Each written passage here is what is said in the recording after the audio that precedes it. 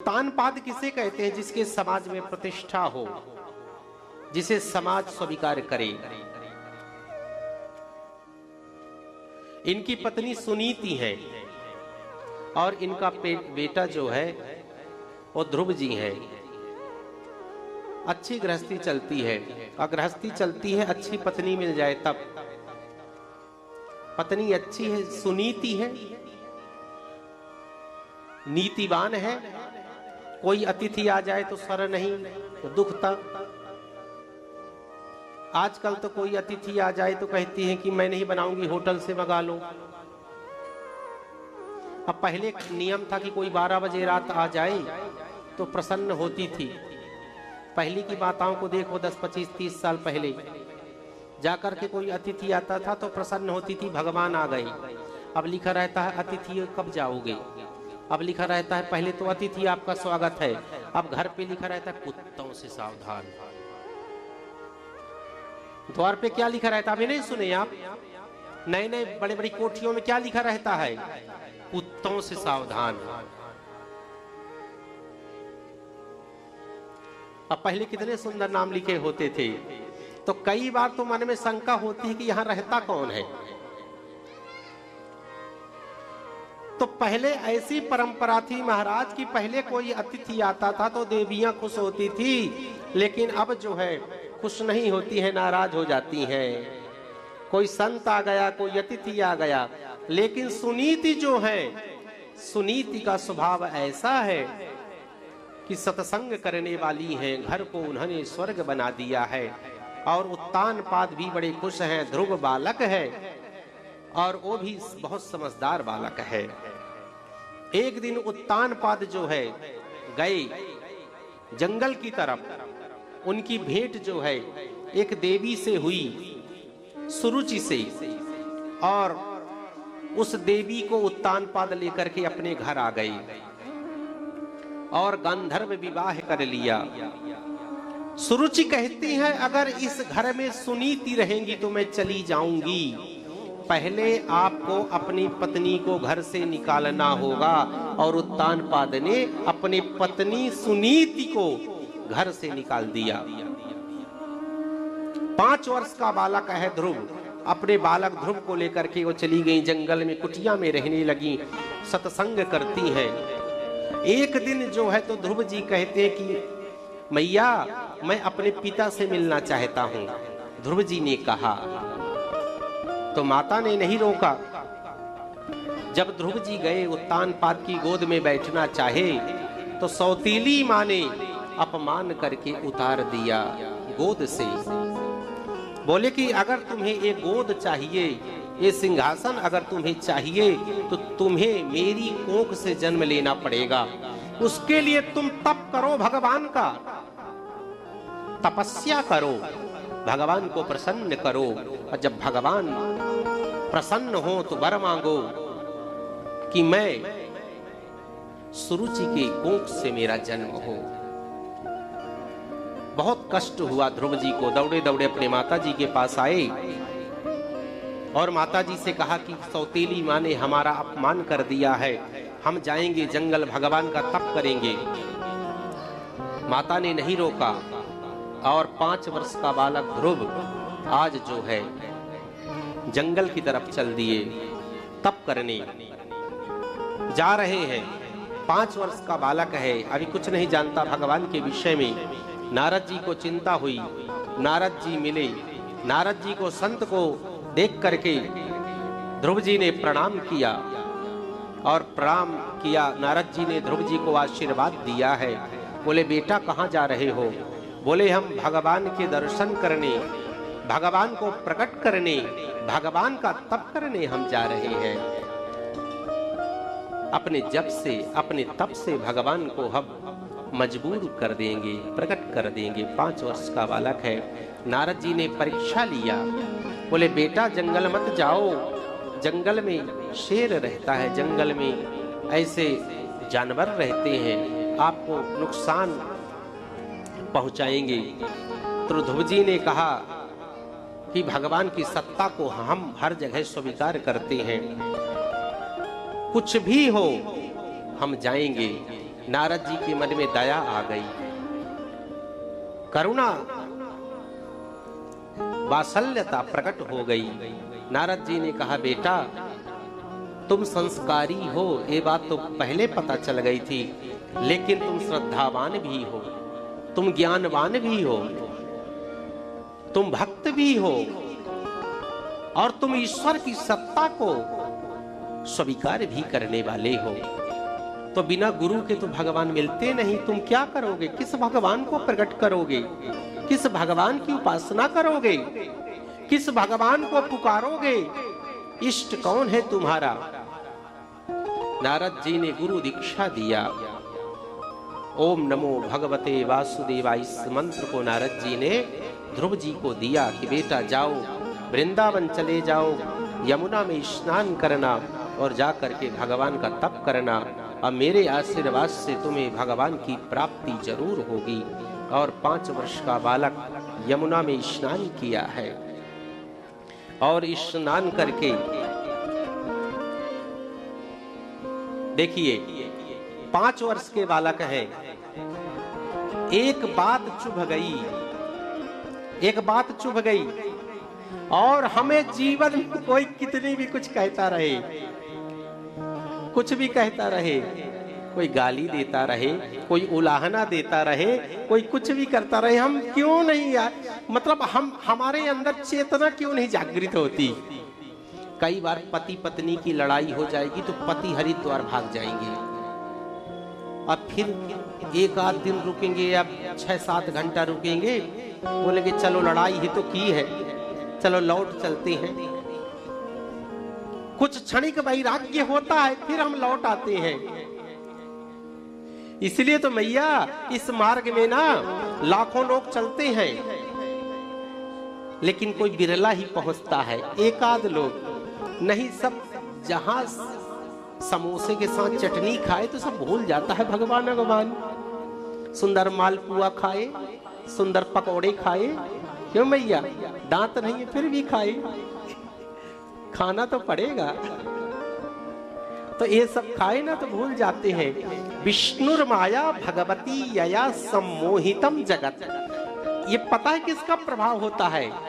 ये जो हम भटक जाते हैं ना, हम का मतलब हम सब, किसका प्रभाव होता है? माया का। ये माया नहीं चाहती कि भगवान के समक्ष कोई जा पाए, ये माया विचलित कर देती है, किसी न किसी रूप में भटका देती है कि वहां मत जाओ।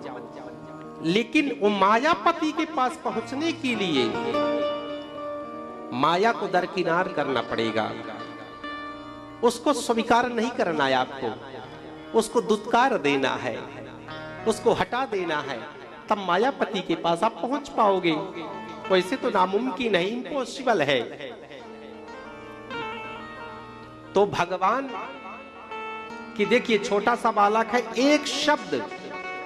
एक शब्द सौतेली माँ ने कहा कि तू इतना बड़ा अगर पिता का भक्त है तो क्यों नहीं भगवान का तप कर लेता? तुझे पिता की गोद चाहिए तो तप कर, भगवान का तेरे में सामर्थ्य है तो तू करके दिखा, भगवान को प्रसन्न करके दिखा, तब मैं तुम्हें जानूं। और 5 वर्ष के बालक को हर्ट कर गई ये बात। बोला मैया मैं दिखाऊंगा, मैं जरूर दिखाऊंगा। और जब अपने मां के पास आता है तो मां ने भी नहीं रोका। नहीं, आज की मां जो होती तो कहती कहां जाओगे, कोई बात नहीं। और सबसे बड़ी बात कि चल मैं देखती हूं, सौतेली मां ने कहा। जाकर के महाराज लड़ाई झगड़ा शुरू हो जाता। आज के जमाने में अगर ऐसी सब चीजें होती तो जाकर के वो मां लड़ती, लेकिन वहां कोई लड़ाई नहीं है, क्योंकि सुनीति जो थी, सुष्ठुर नीतिर यस्या सा सुनीति, वो समझदार थी, वो सत्संगी थी, वो सत्संग करती थी।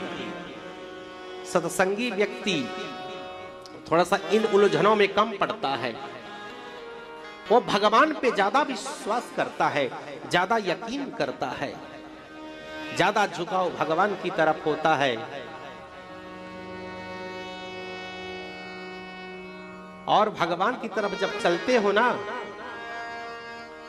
तो मैं हमेशा कहता हूं ना कि ध्रुव जी चले थे तो कोई सोचे थे कि एक कौन सा गुरु होगा? सोचे थे? जब ध्रुव जी चले भगवान की तरफ, भगवान का तप करने, तो सोच के गए थे कि कोई गुरु भी जरूरी है, गुरु भी होना चाहिए।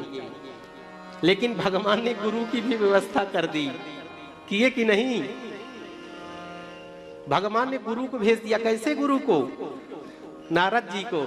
इसलिए मैं कहता हूं, आप जो लगे रहते हो ना कि हमें तो करना है, समय नहीं मिलता, कोई अच्छा गुरु नहीं मिलता, कोई अच्छा मार्गदर्शक नहीं मिलता, आजकल कलयुग में मिलते कहाँ हैं? अरे भैया, पहले ध्रुव तो बन जाइए। ये भगवान ठाकुर जी बैठे हैं ना मुस्कुराते हुए, जो आप डेली दर्शन करते हो ना, वो स्वयं भेजेंगे गुरु को आपके पास। वो डॉक्टर को भी भेजेंगे जब आप रोगी हो जाओगे। और जब हतोत्साहित हो जाओगे तो मोटिवेशनल गुरु को भेजेंगे। अगर पुत्र नहीं तो पुत्र बन के आपको थामेंगे। अगर खाने को रोटी नहीं है तो रोटी खिलाएंगे। अगर दवा देने को कोई नहीं है तो ठाकुर जी कई ऐसे भक्त हुए कि दवा लेकर के कहते मैया दवा खा लो, चरणों को दबाते हैं भक्तों के। भक्त के अधीन होता है गोविंद। लेकिन शर्त इतनी है, सिर्फ मैं सच में कह रहा हूं, भागवत व्यासपीठ में बैठ करके आपकी श्रद्धा को देखते हैं कि कितना प्रेम करते हो उनसे आप। सिर्फ प्रेम करो, प्रेम करो, प्रेम करो, सिर्फ निश्चल प्रेम करो, पूर्ण विश्वास से प्रेम करो। बेटा कहोगे तो बेटा बन करके आएगा। जो भाव रखोगे गुरु रूप में आएगा, पिता रूप में आएगा, पुत्र रूप में आएगा, बालक रूप में आएगा, यहां तक चौकीदार के रूप में भी गोविंद आ जाते हैं। हम बनाना क्या चाहते हैं, हम क्या चाहते हैं उससे वो किस रूप में हमारे जीवन में आ जाए, ये आपको तय करना है। ये आपकी भावना तय करती है, आपका विश्वास तय करता है, आपकी क्षमता तय करती है। लेकिन हम किसी रूप में चाहते ही नहीं उसे। कमी हमारे अंदर होती है महाराज।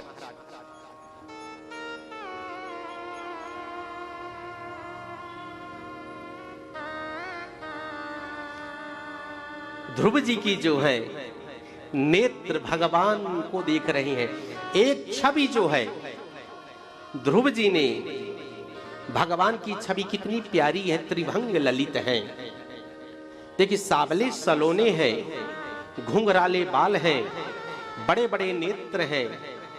और गोपियां किस छवि का अवलोकन करती हैं कुंजों में बैठ करके वृंदावन के, कि गोविंद गोपाष्टमी के दिन गायों को जब चराने लगे तो ले जाते हैं, छोटी सी बांसुरी है, ग्वाल बाल सखा है, और टेढ़े चलते हैं, टेढ़ा ही बोलते हैं, ठीक है, और जाते हैं मुस्कुराते हुए। कोई गोपी देखती है तो टेढ़ी नजरों से और सर टेढ़ा करके मुस्कुरा देते हैं।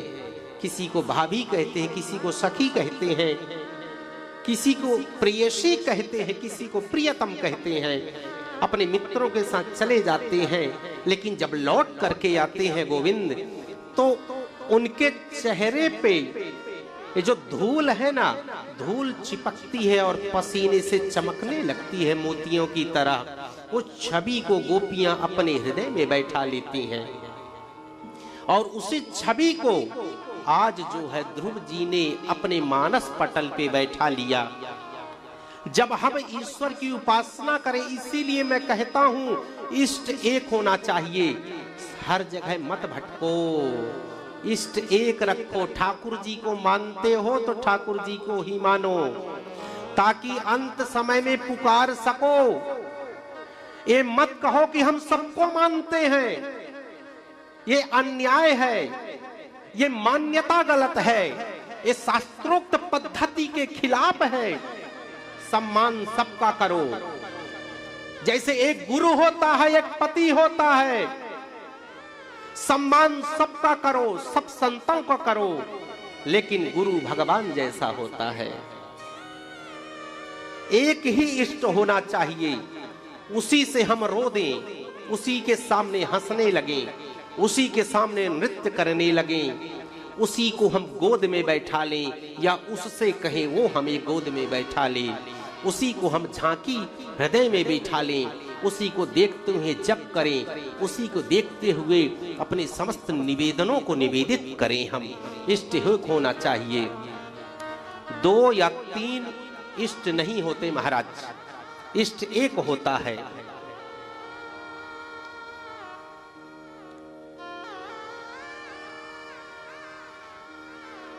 बीस 25 लेकर के चलोगे तो उद्धार नहीं है।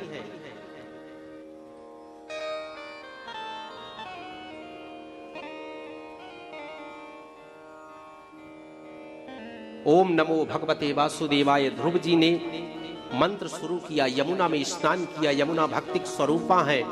यमुना में स्नान करके और जाकर के प्रथम महीने में 3 दिन में ध्रुव जी ने फल को खाया, और दूसरा महीना लगा 6 दिन में पत्तों को खाया, तीसरा महीना लगा 9 दिन में सिर्फ जल का पान किया, चौथा महीना लगा 12 दिन में सिर्फ वायु को पी करके ध्रुव जी रहे, और 5वां महीना लगा 5 वर्ष के ध्रुव जी ने गोविंद को 5 महीने में प्राप्त कर लिया।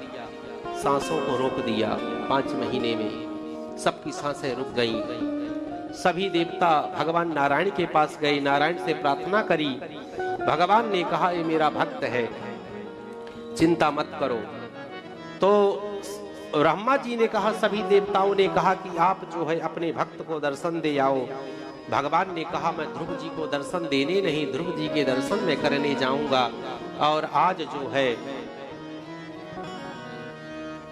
बोलिए बाके बिहारी लाल की, प्रकट हो गए भगवान और प्रकट हुए देख रहे हैं। ध्रुव जी भगवान को देख रहे हैं और भगवान जो हैं ध्रुव जी को देख रहे हैं, एक दूसरे को देख रहे हैं। अच्छा, देख क्यों रहे हैं? भगवान देख करके ध्रुव जी को मुस्कुरा रहे हैं कि कुछ बोलता ही नहीं। अच्छा, जनरल सी बात है कि जब भगवान सामने होते हैं, स्तुति हम करते हैं ना कोई भगवान के सामने, जो भी मंत्र हमसे आता है, लेकिन भगवान कह रहे हैं कि ध्रुव के सामने मैं 1 घंटे से खड़ा हूं और ध्रुव हमारी कुछ स्तुति कर ही नहीं रहा।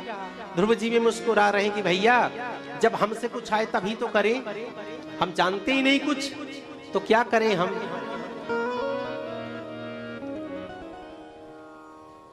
अब जाकर के भगवान सोचने लगे कि ध्रुव जो है कुछ न कुछ कहना चाहते हैं, तो भगवान की कृपा अगर हो जाए तो कुछ भी हो सकता है। भगवान की कृपा अगर हो जाती है तो कुछ भी संभव है। ये कृपा इतनी बड़ी चीज होती है कि जो लंगड़ा होता है ना, वो पहाड़ में चढ़ सकता है, गूंगा बोलने लगता है, अज्ञानी भी ज्ञानवान बन जाता है। जब किसकी कृपा होती है? भगवान की। योऽन्तः प्रविश्य मम वाचमिमां प्रसूप्तां संजीवयत्रखिल शक्तिधरा सुधाम्ना अन्याश्च हस्तशरणश्रवणत्वगादीन् प्राणान् नमो भगवते पुरुषाय तुभ्यम्। भगवान ने अपने शंख का स्पर्श किया और जाकर के ध्रुव जी ने भगवान की दिव्य प्रार्थना करी। तो जब भगवान की कृपा हो जाती है, भगवान की स्तुति ध्रुव करने लगे। भगवान ने आशीर्वाद दिया, बोले ध्रुव जी कुछ मांगो। बोले कि जब आप मिल गए हो तो कुछ मांगने की जरूरत ही नहीं। बोले तुमने तप तो पद के लिए किया, सिंहासन के लिए किया है, तो तुम्हें मैं आशीर्वाद देता हूं 32,000 वर्षों तक तुम राज्य करोगे, तुम ध्रुव सितारा के रूप में चमकोगे। भगवान ने आशीर्वाद दिया। और जब ध्रुव जी लौट करके गए तो जो विरोधी थे, जो ध्रुव जी को देखना नहीं चाहते थे, सबसे पहले उन्होंने स्वागत ध्रुव जी का किया। तो जब भगवान की कृपा हो जाती है जिसका भगवान हो जाता है उसका पूरी दुनिया हो जाती है उसकी। और जब तक भगवान की कृपा नहीं होती है ये दुनिया भी उसके ऊपर कोई कृपा नहीं करती है। महाराज ध्रुव जी ने पूरा राज्य किया और जब ध्रुव जी जाने लगे तो मृत्यु के सर पे पैर रख करके गई, एक कृपा होती है। और जब शादी ब्याह होता है ना तो जो ध्रुव जी के आप दर्शन करते हो वही ध्रुव जी हैं। आप देखते हो ना पति और पत्नी, वो एक सितारा चमकता है जो वो भगवान की कृपा का प्रतीक है सितारा। वो भक्त है, वो ध्रुव है। उन्होंने पूरा राज्य किया और जब उनका परम पद हुआ इस धराधाम को छोड़ करके गए तो मृत्यु भी झुक गई। मृत्यु के सिर पर पैर रख करके गए। ये होते हैं भक्त। और ये भक्त बनते कब हैं? अपनी श्रद्धा से, अपने भाव से, अपने विश्वास से, अपने झुकाव से, अपनी समर्पण से ऐसे भक्त निर्मित होते हैं। ऐसे नहीं हो जाते।